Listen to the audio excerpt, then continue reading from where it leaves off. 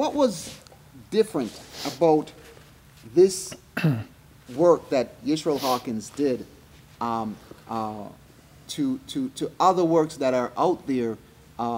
Because there are other people, for example, the Temple Institute in Israel. There are other groups that are really pushing the rebuilding of the temple, and they also have some models out there. I've seen some of them, and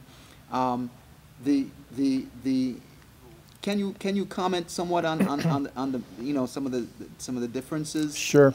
And well, yes, and I've seen many models myself. If you travel to Israel, you can spend a week looking at all the different models, and many of the Orthodox organizations have their own temple models and things like that.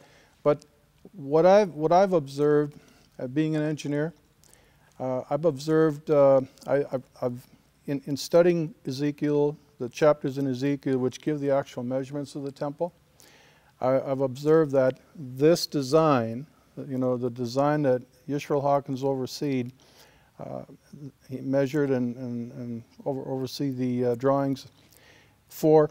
This design fits perfectly the dimensions in Ezekiel, in these chapters in Ezekiel.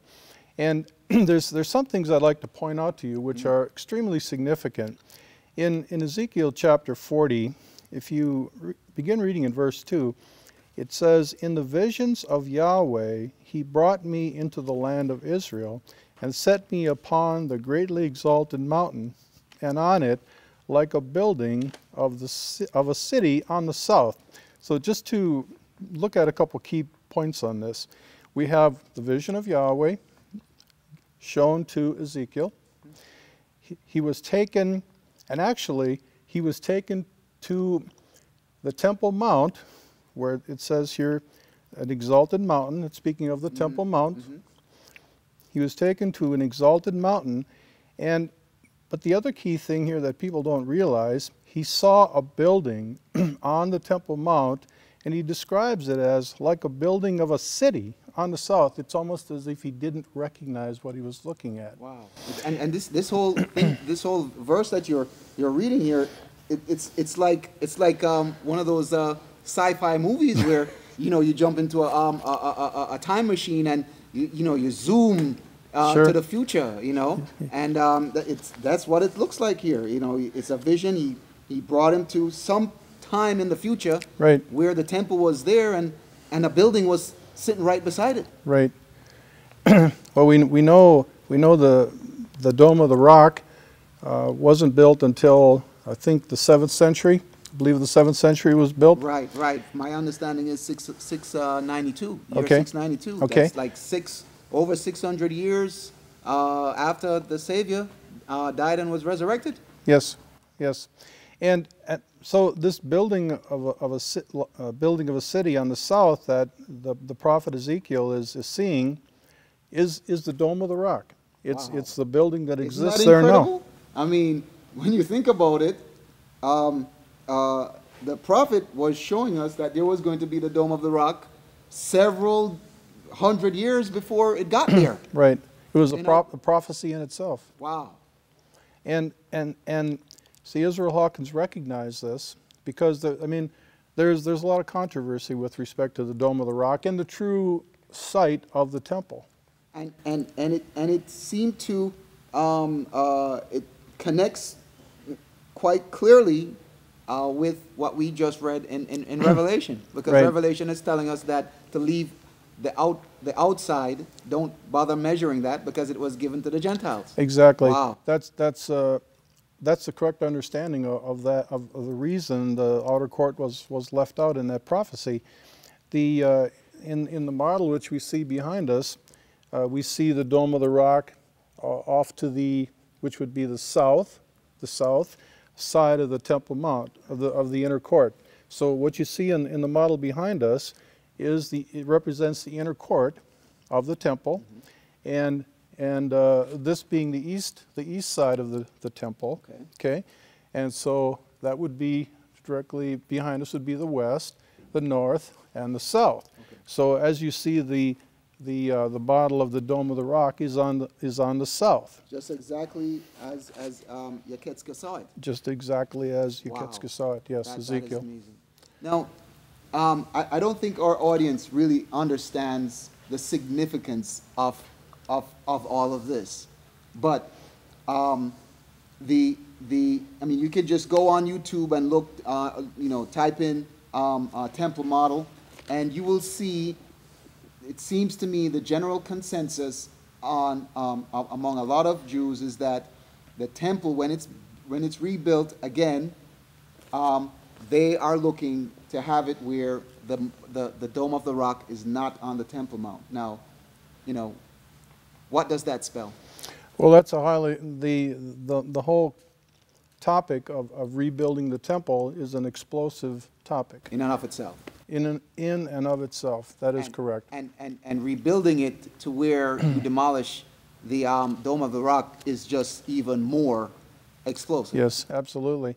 So this prophecy in Revelation 11 and Ezekiel chapter 40 provides the peaceful solution.